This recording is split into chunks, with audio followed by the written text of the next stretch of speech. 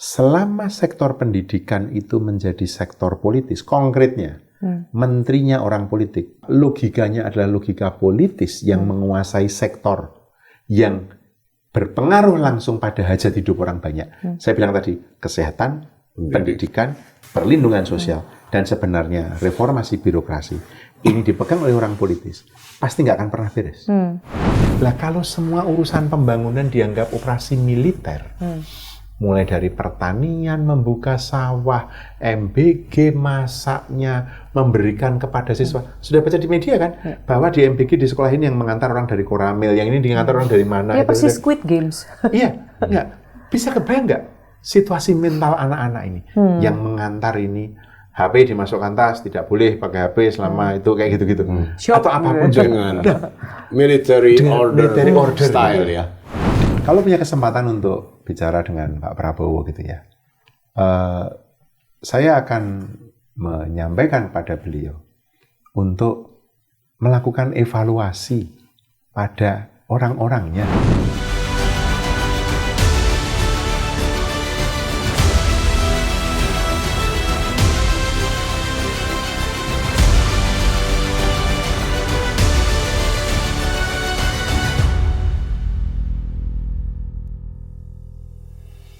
Oke, warga-warga, kita lanjutin sama Pak Yanuar Nugroho masih di sini. Kita ngomongin kali ini zoom in lagi ke serba-serbi pemerintahan Prabowo Gibran, dari mulai isu pendidikan, kemudian teknokrat versus militarism, MBG. Kita lihatlah nanti apa aja yang kita bisa tanyakan mumpung ada Pak Yan di sini.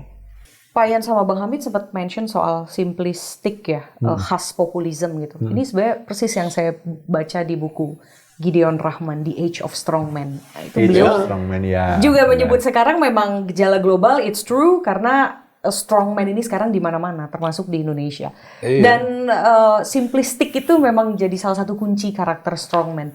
Dan itu menggugah emosi kan, seperti MBG, pokoknya semua serba gratis, itu kan orang dan kolosal. Iya, dan itu salah satu cirinya. Janji itu digelembungkan begitu besar. Dan itu mungkin kenapa beliau jadinya terpilih, gitu kan?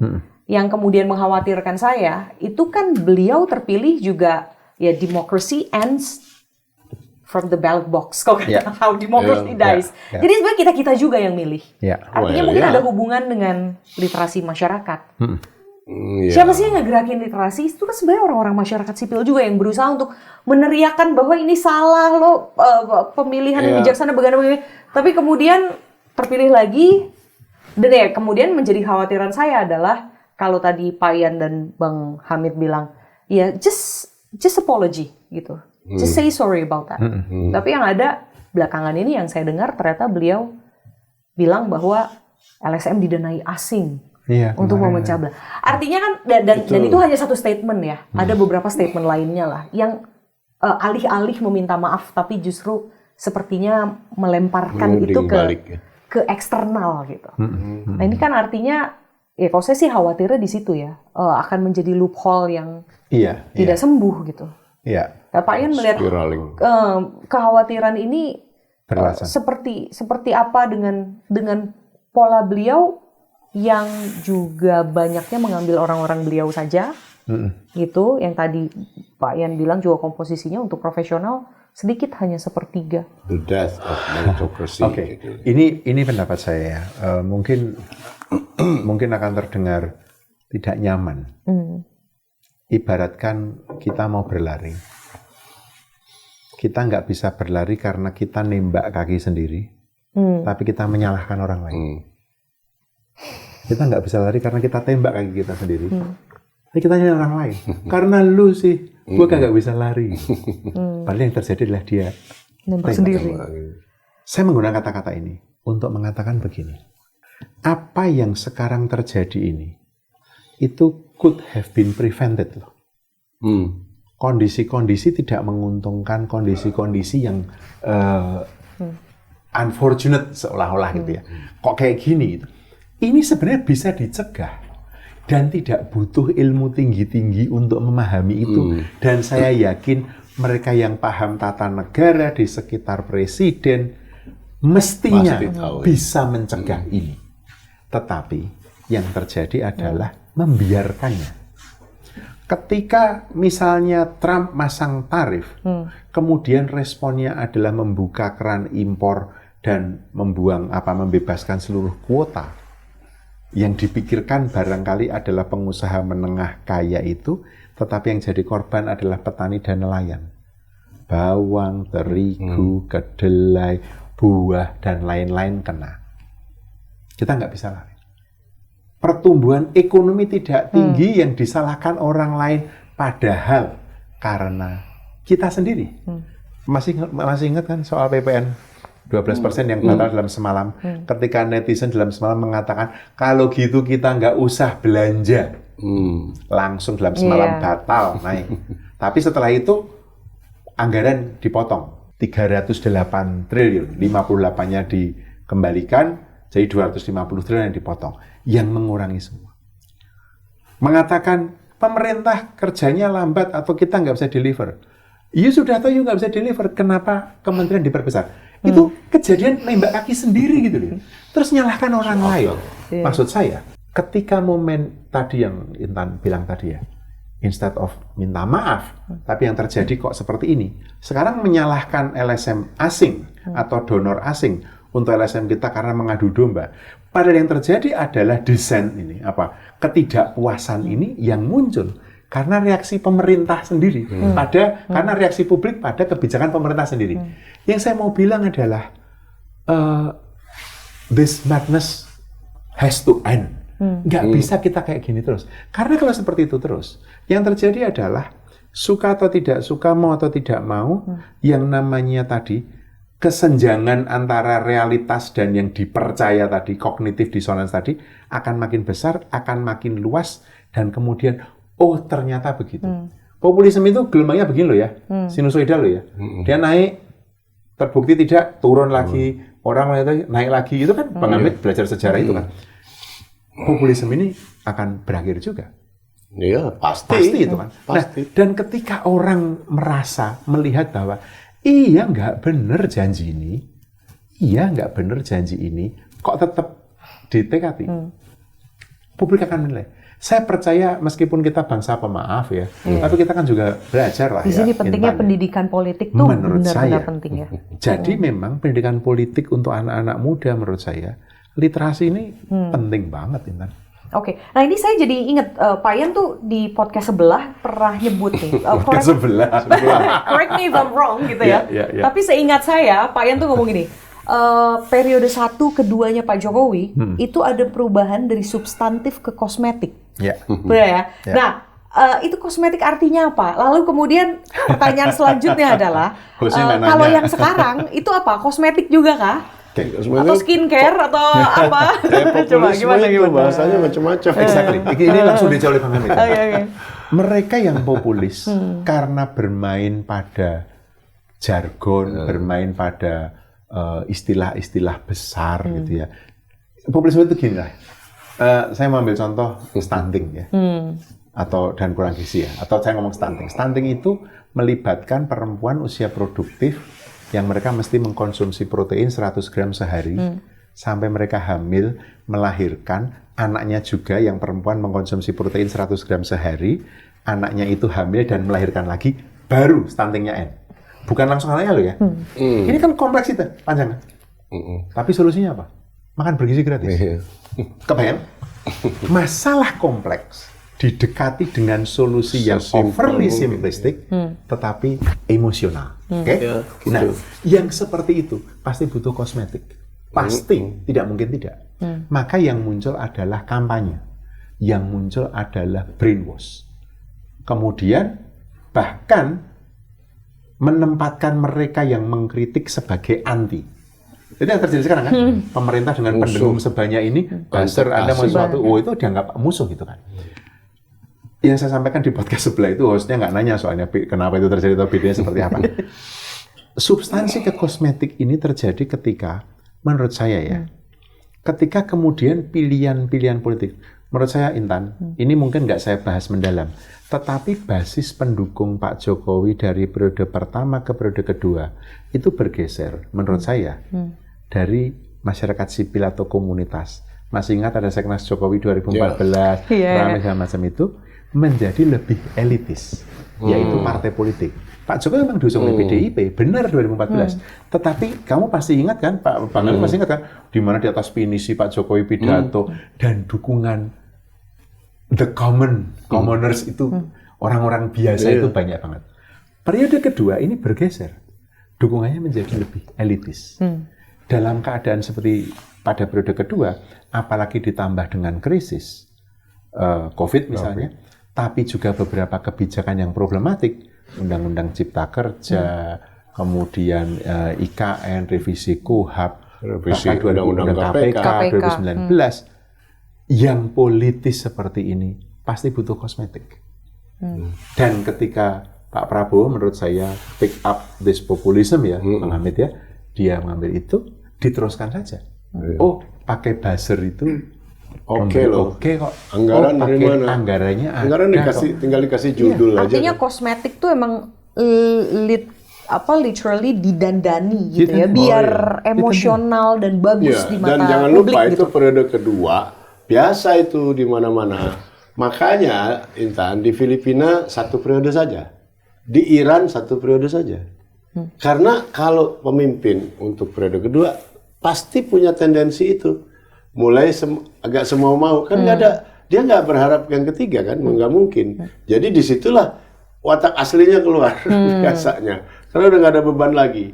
Presiden Amerika juga begitu, udah yang kedua udah mulai serudak-seruduk ya, gaya preman, nggak ada beban.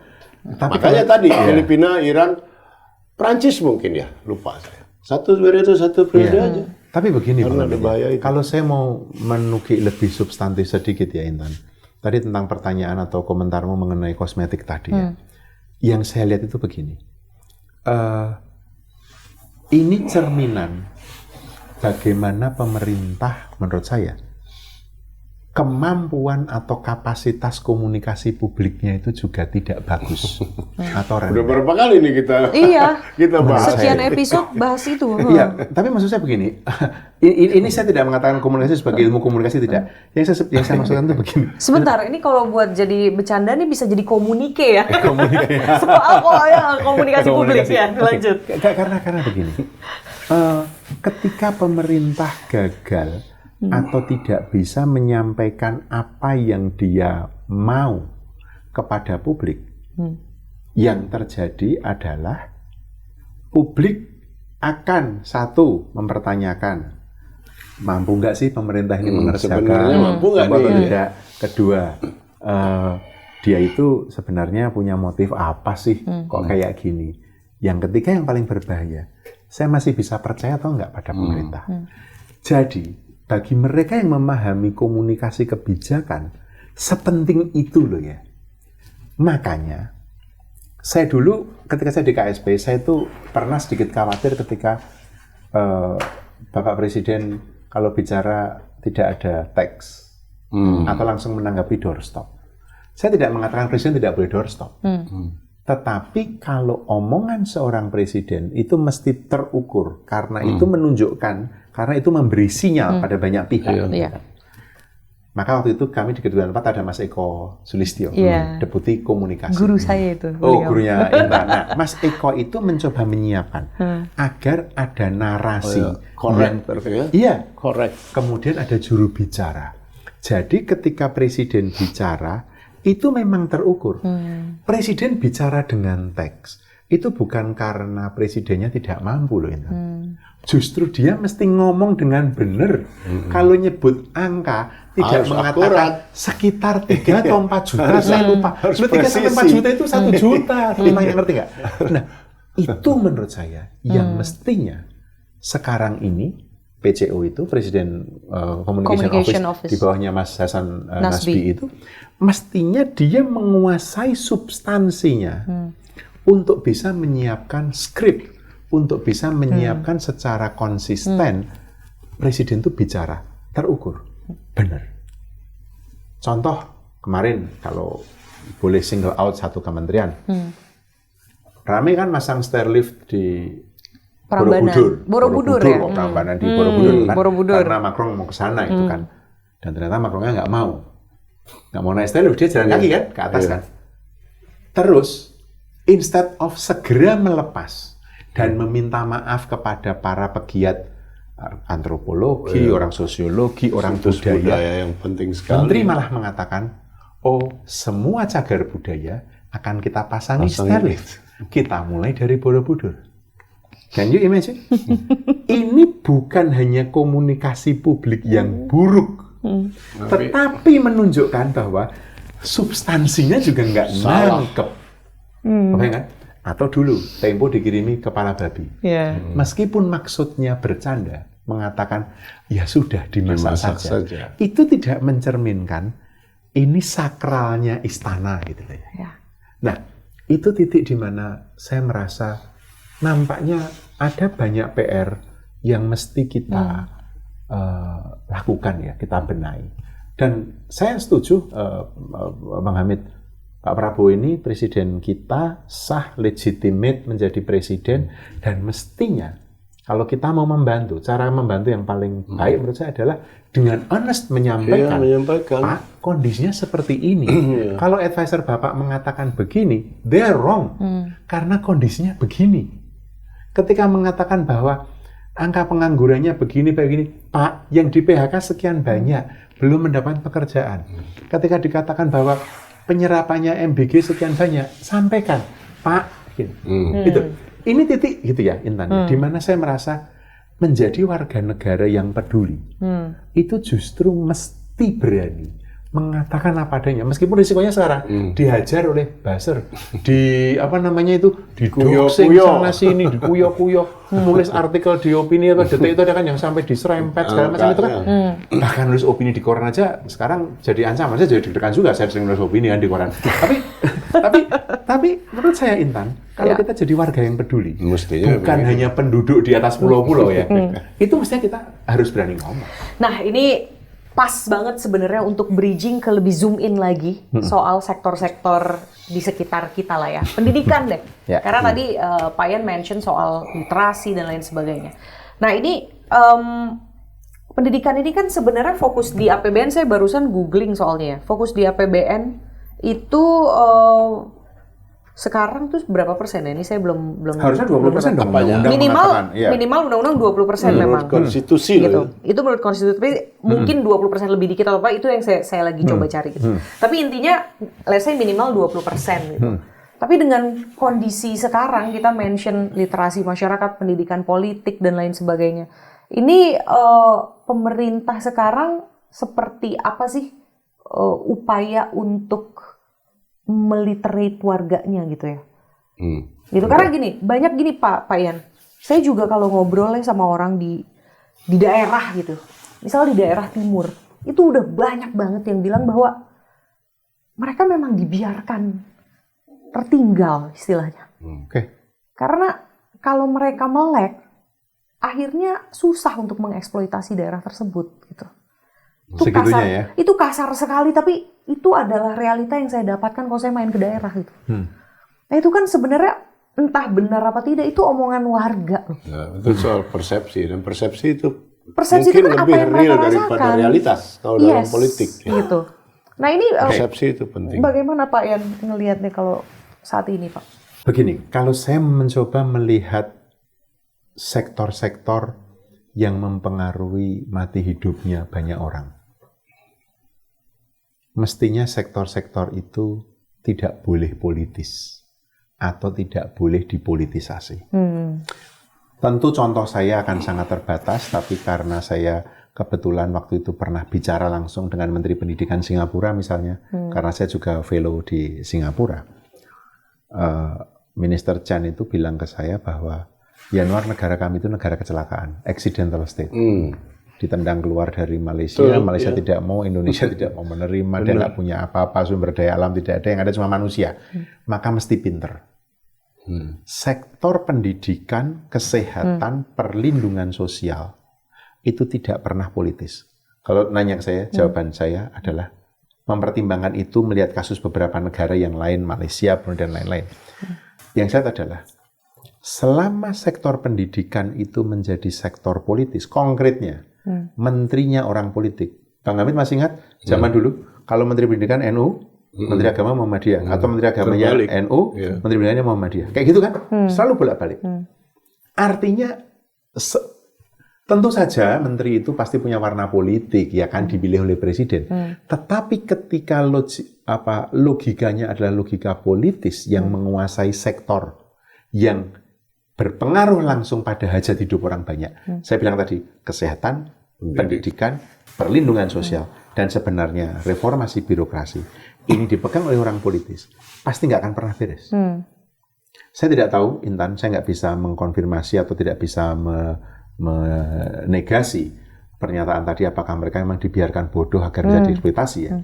Tetapi yang jelas, anak-anak kita itu menjadi korban ketika menterinya berganti, konten pendidikan berganti, menterinya berganti, kurikulum berganti, menterinya berganti, pendekatan berganti. Saya dosen.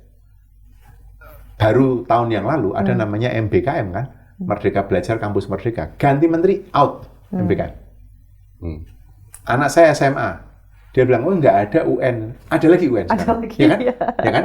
Bagi kita yang orang tua kayak gini, mikir gitu. Ini baru soal itu. Kita belum bicara hal yang lain, lebih mendasar.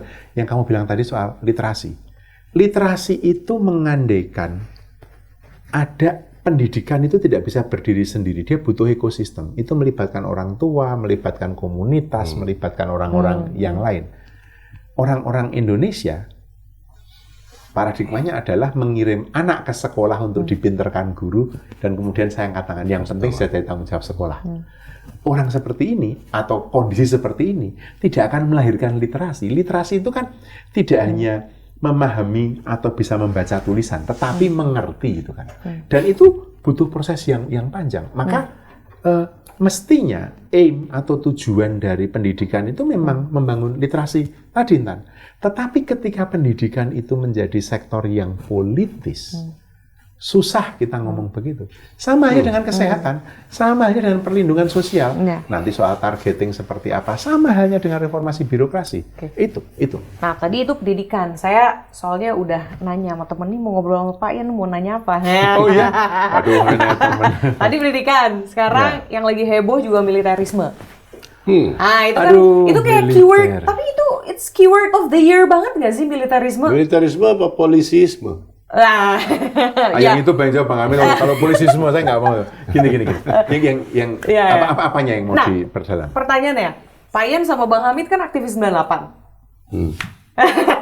Kita dulu ketemu di mana, Bang Hamid? Kalau saya waktu 98. Saya sih sudah, kalau 98 udah membina. Kamu di mana waktu itu? You were on the streets, ya kan? Iya. Saya masih ada nasi kering di sini lagi makan sop. Kalau sore di lapangan disuapin gitu waktu 98. Nah, ini gimana? How do you feel about militarism? Ini beneran alive sebagai orang yang merasakan nih zaman Orde Lama, Orde Baru sekarang? Mungkin ada, saya nggak mengatakan trauma ya, tapi saya tidak bisa menyangkal bahwa pemikiran itu begitu kuat, Intan. Jadi salah satu hasil reformasi adalah menghentikan difungsi ABRI, ya kan, Bang Hamid? Kita waktu itu setengah mati di jalan, dan tuntutannya selain menurunkan Soeharto adalah waktu itu tidak ada lagi difungsi. Waktu itu namanya difungsi ABRI, nggak ada lagi. Artinya memang supremasi sipil itu yang utama. Maka ketika kemarin digulirkan revisi Undang-Undang TNI itu, saya tadi bilang ya, bukan trauma barangkali, tapi saya jadi berpikir, waduh, apa ya kita akan kembali ke sana gitu ya. Meskipun banyak orang yang bilang kamu terlalu khawatir karena itu, saya lupa pasal berapa, 47, pasal 7 sama pasal 53 atau 83, saya lupa angkanya, nanti dicek aja. Yang isinya adalah justru kalau dengan Undang-Undang TNI ini tentara-tentara aktif yang ada di luar institusi yang disebutkan bisa ditarik balik gitu. Yang saya ingat persis adalah pasal 7 ayat 2B tentang apa yang disebut dengan bahasa Inggrisnya MOOTW, Military Operation Other Than War, OMSP bahasa Indonesia, operasi militer selain perang. Yang kemudian saya jadi khawatir ini akan jadi pasal karet dalam Undang-Undang TNI, karena di situ Presiden bisa menetapkan apa saja sebagai operasi militer, bahkan pembangunan, ya kan, operasi militer yang bukan perang. Pernahkah Intan membaca ada rencana membuat 100 batalion pembangunan, masih ingat? Iya. Ada disampaikan kan? Saya tidak anti tentara, sama sekali tidak. Tentara itu dibutuhkan, militer itu dibutuhkan. Ya. Tetapi ketika ada militer aktif memegang senjata menduduki pos sipil, kita tidak bisa lagi berdiskusi dengan domain sipil. Karena saya tahu di situ dia pegang senjata. Maka kalau mau menjabat, ya you pensiun.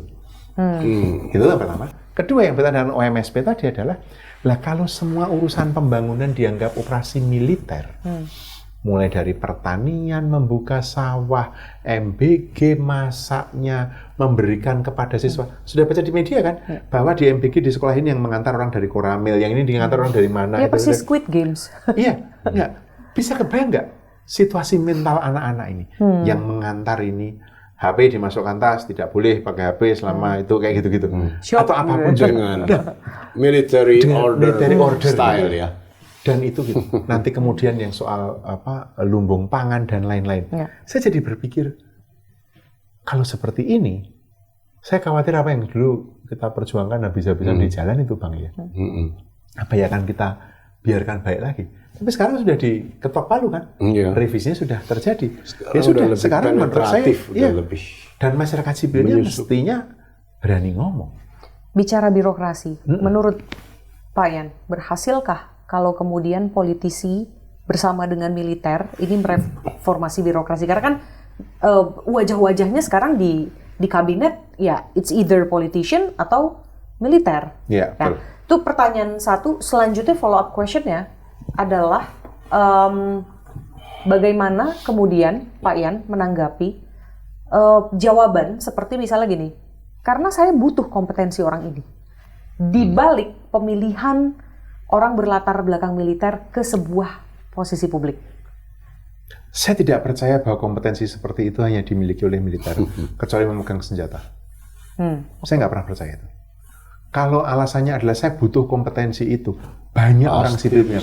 Kecuali kompetensinya adalah membidik dengan jelas bahwa dalam 15 meter nembak mesti kena, yaitu militer. Tetapi hal-hal yang lain, enggak, saya nggak percaya. Itu alasan. Ini yang Anda maksud termasuk polisi nggak?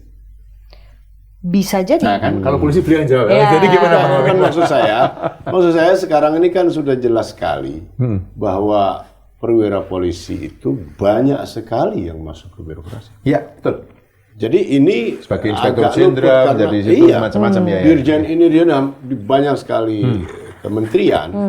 Ya, saya khawatir publik ini kan traumanya kan pada tentara militer ya. Jadi pemasukan begitu banyak personel polisi ke dalam instansi-instansi itu jadi kabur, tertutup, jadi nggak tertutup. Karena perhatian orang terlalu silau dengan militerisme. Militer. Mungkin kita perlu mengklarifikasi begini ya.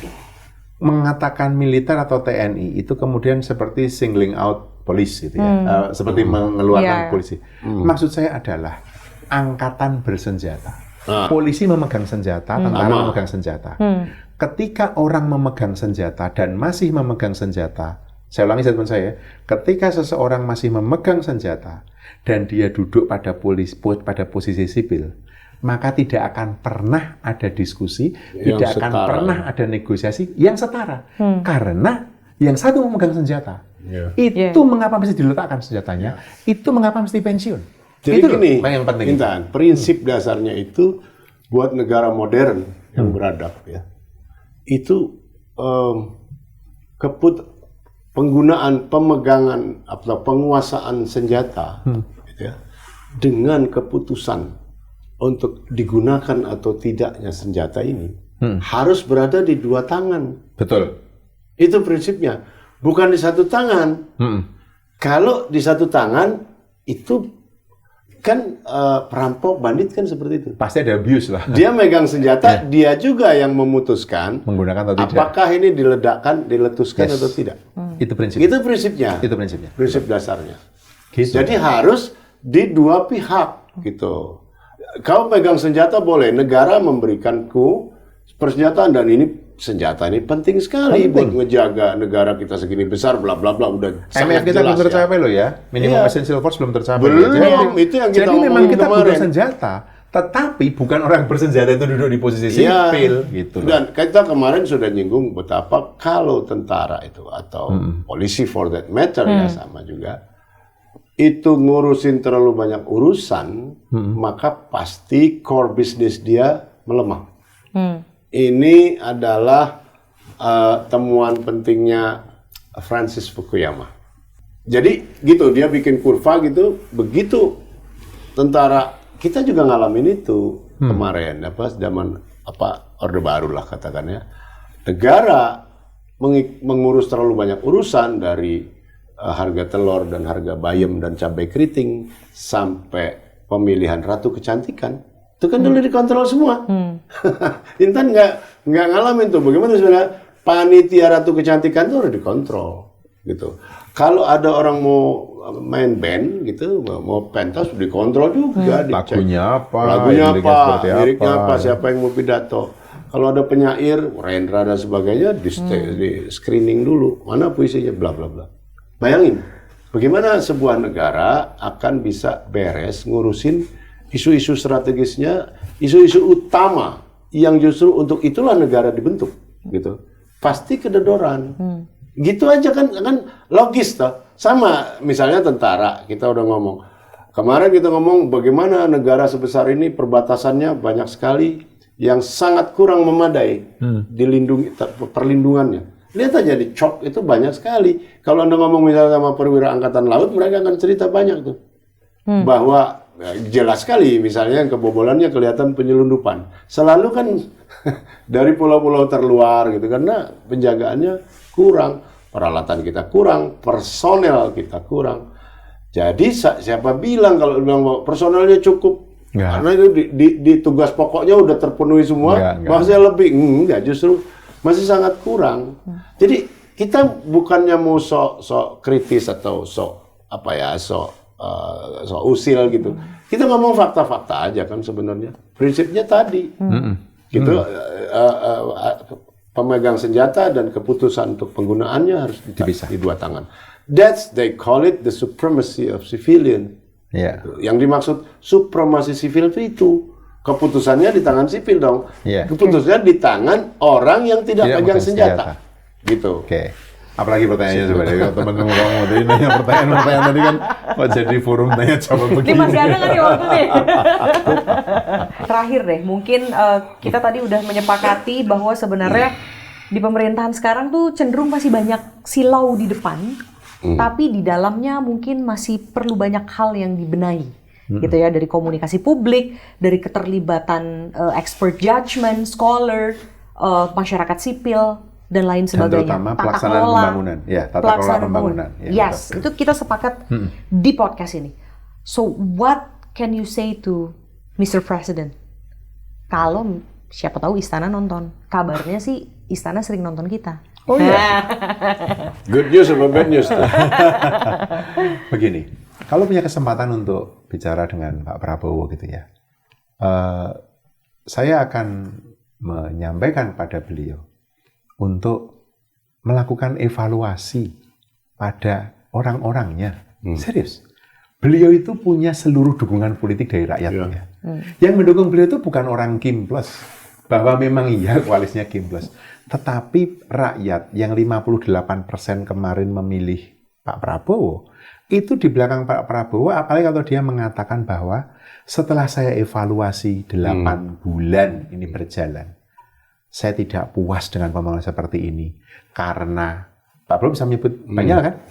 Karena itu saya akan mengevaluasi. Menurut saya ini adalah langkah yang mestinya dikerjakan. Kalaupun belum sekarang, akhir tahun pertama, besok Oktober, itu menjadi sangat krusial.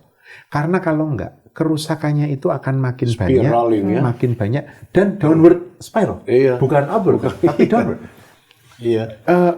Membiarkan mismanagement terjadi, membiarkan tata kelola yang tidak benar terjadi, membiarkan kualitas demokrasi rusak, membiarkan kapasitas negara untuk membangun ini demikian remuk karena pembantu-pembantu yang tidak kompeten. Menurut saya mestinya ini kesempatan setahun ulang tahun pertama pemerintahan Pak Prabowo adalah topik besarnya adalah mawas diri mestinya. Wow. Menurut saya loh ya. Ini akan membuka kesempatan sekaligus menumbuhkan kepercayaan lebih gede. Katanya kemarin kan ada survei, orang masih percaya atau masih puas pada Pak Prabowo pribadi ya, bukan kinerja pemerintahnya ya. Tetapi menurut saya, dan tadi kata Bang Hamid tadi, Pak Prabowo itu orang yang memang mau minta maaf kan kalau salah. Menurut saya, dalam setahun ini, aspek-aspek tata kelola pemerintahan yang nggak beres, nggak bener, target pembangunan yang bombastis, janji yang overly promised gitu ya, berlebihan diomongkan itu. Ini menurut saya, dan tidak perlu malu, tidak perlu sekali lagi merasa berkecil hati. It's okay not to be okay. Oke, dan itu justru menunjukkan kebesaran jiwa Pak Prabowo. Satria, dan saya kira akan menimbulkan simpati. Dan sangat satria, dan beliau mengatakan, dan setelah itu yang kedua, kalau usul saya adalah pelibatan teknokrat itu jangan cuma sebagai kosmetik. Saya tidak, Intan, ini satu hal penting ya. Science itu bukan policy, dan tugas kita, orang-orang seperti kita, bukan mengubah sains jadi policy. Tetapi, policy yang baik membutuhkan sains yang baik. Ya. Jadi, saya mau mengusulkan pada Pak Prabowo, kalau Pak Prabowo menyaksikan ini ya, Pak, angkat teknokrat-teknokrat itu untuk menjadi penasehat Bapak. Agar keputusan politik Bapak, agar kebijakan Bapak, itu terinformasi oleh sains. Keputusan akhirnya tetap politis, keputusan akhirnya. Yeah. Tetapi politik yang baik, kebijakan yang baik, itu membutuhkan sains yang baik. Itu aja. Yeah. Well, that was a deep conversation with Yanuar Nugroho. A man of everything, a man of so many things. Terima kasih. Saya mau nambahin sedikit. Saya kira Bapak Presiden sekarang saatnya menjalankan cara atau how to govern. Ya. Bukan lagi mencampur adukan atau mengelirukan pengertian antara how to govern dan how to campaign. Dan sudah kita lewat masanya lihat, kampanye. Ya, kita lihat, saya merasa sampai akhir-akhir ini dia masih banyak menonjolkan yang pertama, how to campaign. Saya kira udah selesai, Bapak Presiden udah jadi presiden yang sah. Yeah. Jadi mungkin mulai istilah mulai betul-betul governing gitu ya. Yeah. Dan mungkin harus berhenti ngomong saya akan. Itu adalah retorik di campaign era. Ya, mestinya kan langsung deliver atau langsung decisive. Mudah-mudahan begitu aja, dan kita semua mendukung Pak Prabowo sebagai presiden. Walaupun saya dalam kampanye saya udah bikin disclaimer tadi kemarin sama seorang menteri, saya ini bukan pendukung Pak Prabowo, tetapi begitu dia terpilih kita harus dukung. Itu etika standar dalam demokrasi. Begitu aja. Kita harus dukung penuh supaya pemerintahan ini sukses. Pada dasarnya semua ingin Indonesia baik, Iya, Indonesia maju. Pasti. Well, kita jumpa lagi di poker berikutnya. Thank you Pak Yan, thank you Bang Hamid for the conversation. Bye. Bye.